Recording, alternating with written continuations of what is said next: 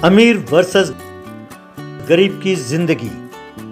विराजपुर नाम के गांव में विश्वनाथ नाम का एक चैनल सीईओ रहता था। एक दिन विश्वनाथ ने अपने पास काम कर रहे गिरीश नाम के व्यक्ति को बुलाया। भाई देखो गिरी, हम कुछ ही दिनों में अमीर लाइफ वर्सेस गरीब लाइफ नाम का एक प्रोग्राम करना चाहते हैं। तुम उसके लिए एक डिटेल रिसर्च करके मुझे बताओ। ओके सर, कह के वहाँ से चला गया। बाद में अपने दोस्त विष्णु से मिला और उसे गरीब लाइफस्टाइल और अमीर लाइफस्टाइल के बारे में सब कुछ बताया।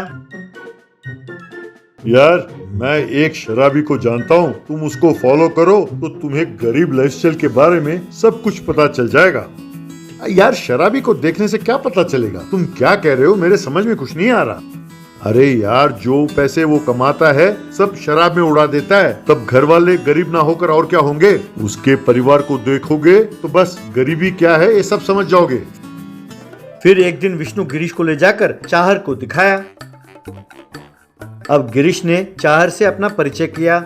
यूं कुछ दिन गिरीश और चाहर दोनों मिलकर घूमने लगे। फिर एक दिन गिरीश चाहर के घर गया। वो एक टूटे फूटे झोपड़ी में रहता था। झोपड़ी में दो बच्चे जमीन पर बैठकर रोटी खा रहे थे। उनकी माँ उनके लिए रोटी पका रही थी। उनके घर में पंखा भी नहीं था। ये सब देखकर गिरीश को बहुत दुख हुआ। बाद में चाहर की पत्नी और बच्चे सब मिलकर बहुत दूर चलकर गए और वहां पत्थर तोड़ने लगे। उन नन्हे बच्चों को पत्थर तोड़ते हुए देखकर गिरीश बहुत दुखी हुआ। बाद में झोपड़ी में बैठे चाहर के पास आकर, चाहर तुमसे एक काम है भाई, चलो मैं तुम्हें एक जगह ले जाता हूँ, कहकर उसे अपने बाइक में बिठाकर एक जगह ले गया। वहाँ दो बच्चे बहुत महंगे कपड़े पहनकर अपने माँ के साथ खड़े थे। जैसे ही स्कूल बस वहाँ पहुंची, वो बच्चे स्कूल बस में चढ़ गए। ये देखकर चाहर गिरीश से, क्यों भाई, क्या प्लान किया है? इन बच्चों का अपहरण करना है क्या? अभी बात पूरी कहाँ हुई है भाई? असली बात तो अभी बताऊंगा, थोड़ा सब्र करो। फिर दोपहर तक गिरीश और चाहर उन बच्चों के घर के पास ही इंतजार कर रहे थे। दोपहर को वो दोनों बच्चे बस से उतरे और अपने घर की ओर जाने लगे। उन दोनों बच्चों को उनकी माँ आकर अंदर ले गई। गिरीश और चाहर उनके घर चोरी छुपे चले गए।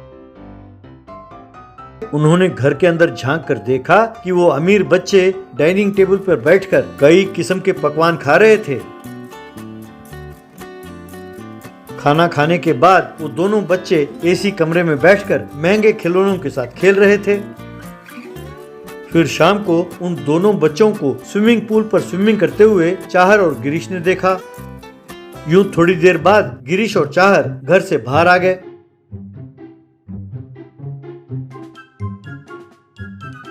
क्यों चाहर, उन बच्चों को देखकर तुम्हें क्या लगता है? उनका लाइफस्टाइल बहुत बढ़िया है ना?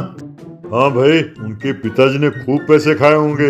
नहीं चाहर, उनके पिताजी ने पैसे चुराए नहीं, पैसे जमा किए हैं। वो भी पहले तुम्हारे जैसे पेंटिंग का काम करता था। वो भी तुम्हारी तरह शराबी था, लेकिन जब बच्चे पैदा हुए उसने शराब पीना बंद कर दिया। लेकिन तुम जो पैसे कमाते हो वो सारा शराब में उड़ा देते हो, और बेचारे तुम्हारी पत्नी और बच्चे काम कर रहे हैं। तुम्हें शर्म नहीं आती? याद रखो चाहर, गरीबी एक स्टेज है, हमें वही नहीं रुकना है। जमा करने से पैसे अपने आप बढ़ेगा। ये सुनकर चाहर को अपनी गलती का एहसास हुआ और उसने गिरीश से माफी मांगा। इतना ही नहीं, उसने शराब पीना छोड़ दिया और बच्चों को स्कूल भेजने लगा।